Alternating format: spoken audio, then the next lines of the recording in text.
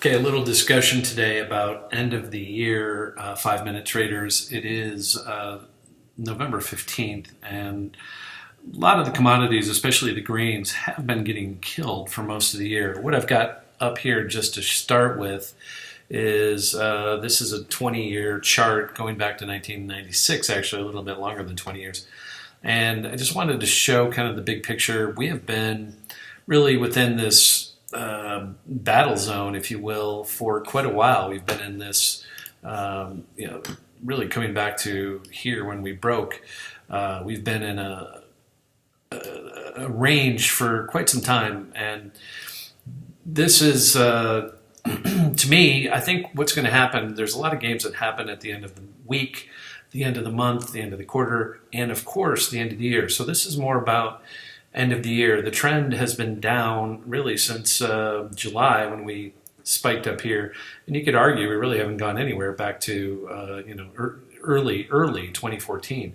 So we're going on 4 years of being really locked, and this is corn 335 to 420, a couple spikes above and below. You can see I took them out, but if you wanted to include them in your charts, it's fine to do that. It's just putting a bigger bracket on it, and that's fine. Really, you can see this is not only this big area in here, but we traded in the same range here back in 2007 and 8, except for a couple spikes. Now, I think what's going to happen soon here, probably starting in 2018, you're already seeing it in things like sugar, cocoa. They've already started to turn. Now, those aren't as widely traded as some of the grains, and I think what you're going to start to see in 2018 after we shake out, and I think we could go all the way down to as close to 3 as possible on corn. Now, if we break below 3, all bets are off, and this trade would be wrong.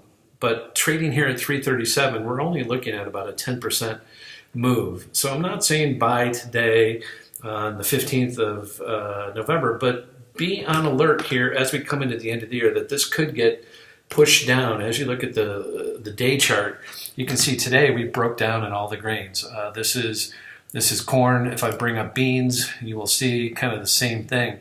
They're hitting them hard. These are daily charts here. They're hitting them hard. I mean, beans went from basically 1010 down here to 965, which is 45 points. It's about 4.5%. So you can see that this is going to put some pain, I think, on those that have been looking for a little bit too early for a commodity rally when it comes to the grains. And you see the same thing if I bring up wheat, you will see the same thing. So one of the things that I want to point out is I think we can get lower prices, and if you're smart and shopping and looking for value, wheat, corn, and soybeans are all probably going to fall into that area. Matter of fact, I mean, if wheat we're able to get down to the $4 level, it's at $4.27 currently, I'd be really interested. And that kind of goes along with 3 on corn, anywhere really from here all the way down. And that's why I started with corn. It's probably the most widely traded of the 3 softs. So that's why I wanted to bring that chart up today. And so what I'm suggesting is watch the grains. If we're fortunate, they'll get pushed down into the end of the year, and you may have a good buy-in opportunity for a longer hold for 2018. Here again is corn, which we started with. You can start to see this package kind of set up, and this is, again, just a shorter-term view. We were looking at 20 years, now we're looking at 4 or 5. This is the 4 or 5 years we've been talking about, and until we close under 3, I'm going to be pretty bullish. So sitting here at 337, you might want to start nibbling if you want to buy a few calls or contracts. Calls a year out or something like that might be a way to look at this. But I think that next year will be the year of the commodity. It's already started, as I said. Let me bring up 2 of them real quick. Let me bring up cocoa, and let me bring up sugar, just to show kind of what we are talking about here. Here's cocoa. Cocoa has been on a tear, and this has been going on for some time. This is actually, this is not the right chart. Excuse me. That is the symbol. I want to bring up cocoa. That is the wrong one. Here's cocoa. It has been on a tear, though, since July and September. I did want to show this. And there's a huge hole in here. And this one could move really quickly up to $29. And again, this is a multi-year chart that we're looking at here, going back to about 2014. So you're starting to see it in some of the softs. The other one that I wanted to show was sugar. Let me try to bring that up real quick.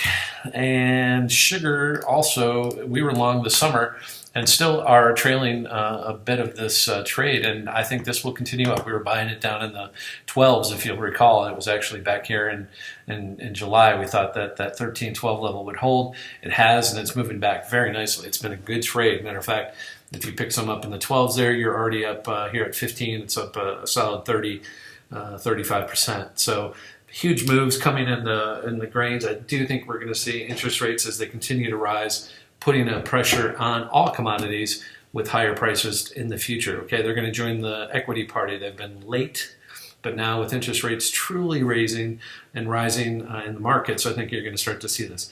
And again, you continue to see it in the bonds. The bonds haven't broke yet, but when these really break and interest rates really start spiking, that will probably come next year when we fill in this hole, I believe, down here. And as the bonds begin, and again, kind of that 150 level is that kind of next level for me. If it breaks that, it's going to continue to go lower, which means higher interest rates. So these are some of the things that we're looking at macro here for the coming year, and you should be positioning yourself for, hey, what have they been leaning on all of 2017, and what can they continue to really squeeze people out? They like to do it at the end of the year and have some exaggerated moves, which gives you opportunities to go shopping for the longer-term trader for the following year.